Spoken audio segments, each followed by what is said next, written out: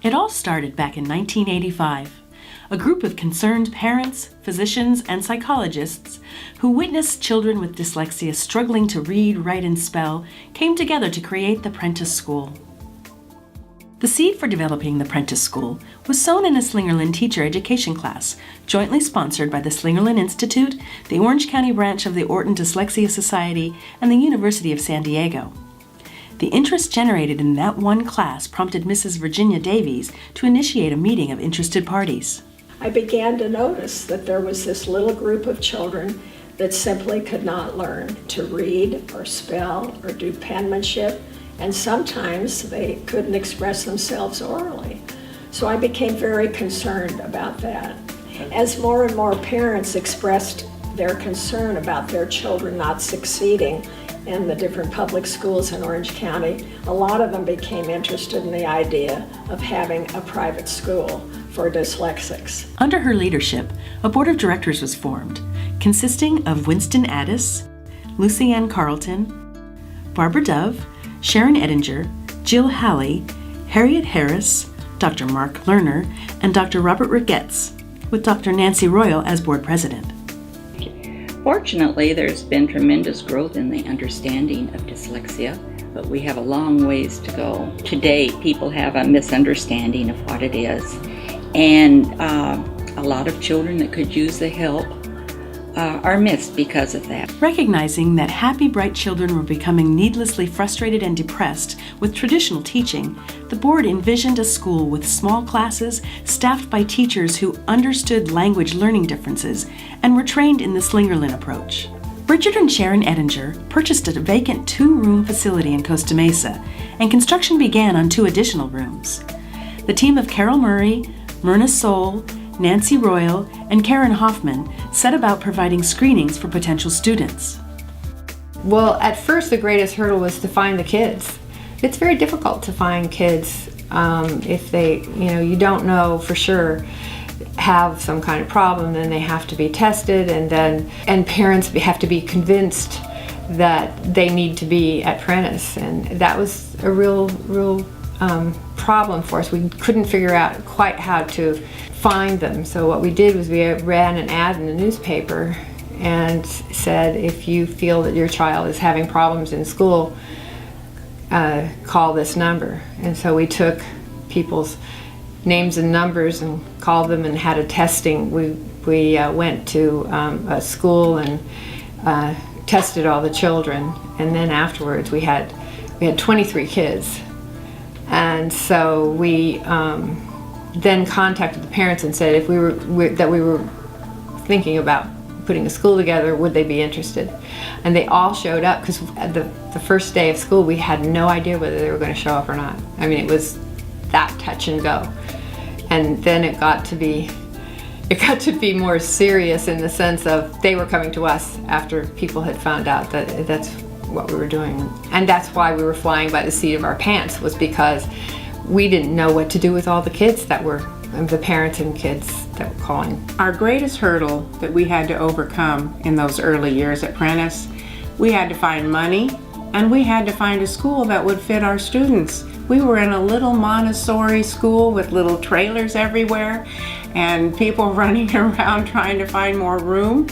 And we looked and looked for a school, and then we had to get the money to pay for it. So that has now been accomplished with the school we have here.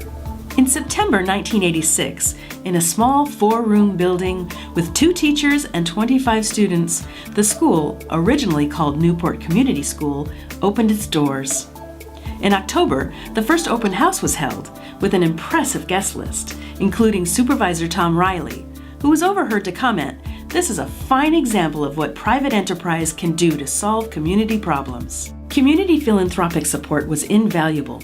The Orton Dyslexia Society, the Edinger Foundation, the Education Foundation of America, and the Fieldstead Foundation, as well as numerous individuals, all provided generous donations to cover scholarships and other costs during that first year of operation, with the Edinger Foundation providing the first year's rent.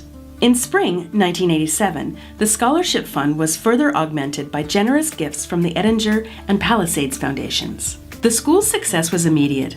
With 35 students, the school outgrew its facility during that first year.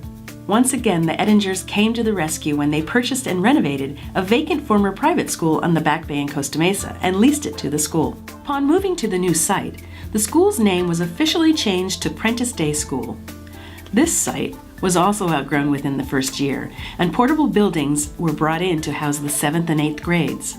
In spite of the crowded conditions, the school was able to add drama and music to the curriculum, which already had special instructors in art, library, physical education, computers, and speech.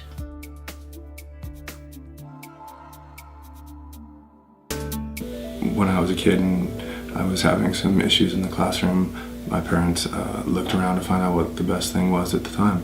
And Prentice was just starting up, and they put me in it. And it was a different experience from being kind of singled out in a big classroom in a public school, to needing some resource help or some individual attention from the teacher. It was a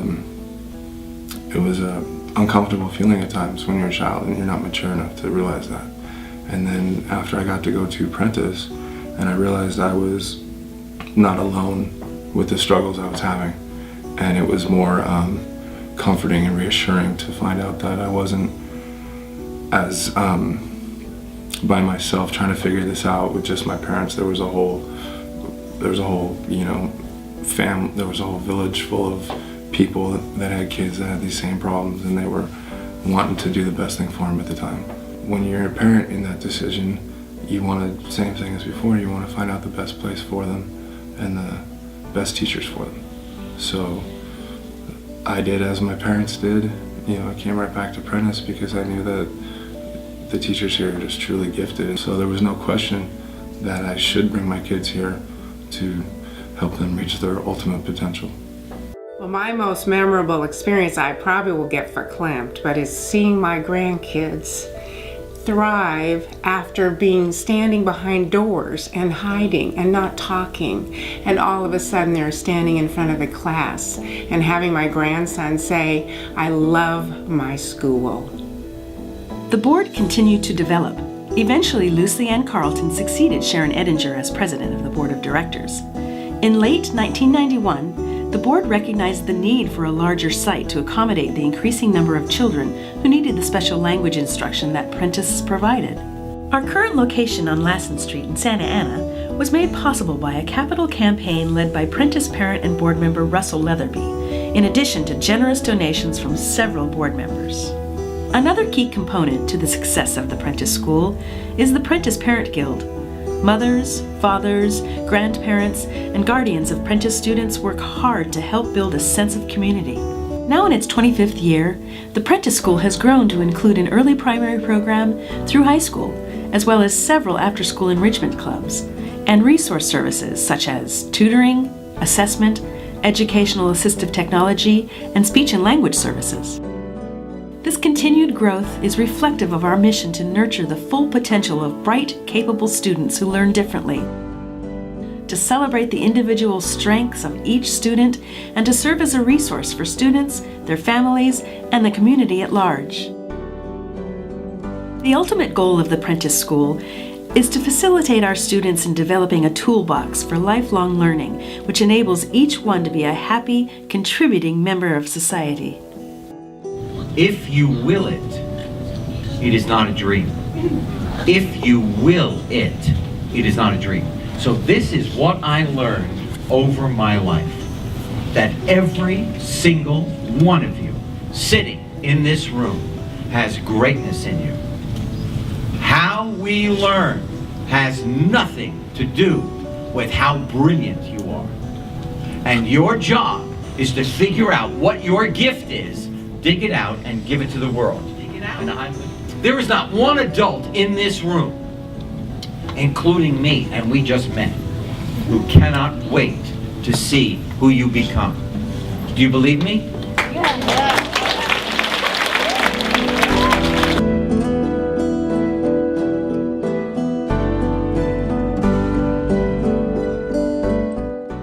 Nothing makes us prouder than being able to talk about the success of our graduates. From teachers, to business owners, to star athletes, Prentice alumni have achieved professional and personal successes in a wide variety of endeavors.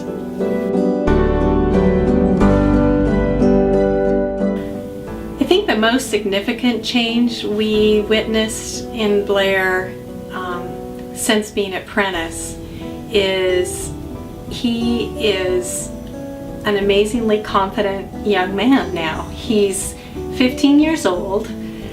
When he started at Prentice, he was 6.5 and stayed there through 8th grade, and now has transitioned into his high school amazingly well, better than we could have ever hoped for. And I really believe it's because of the help he got all along the way. Within 2 weeks after being at Prentice, he said to us, he came home and he said, "I get it, Mom. I get it. They teach me like I'm supposed to be taught. They teach me the way I need to be taught, huh, Mom?"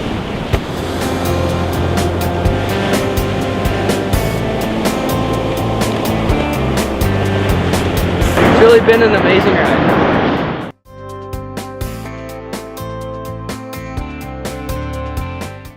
Under our current leadership, with Carol Clark as Executive Director, Laura Corey as Board President, and an active Board of Directors, the Prentice School has grown from a small 4-room building to a sprawling 6-acre campus in a mere quarter of a century.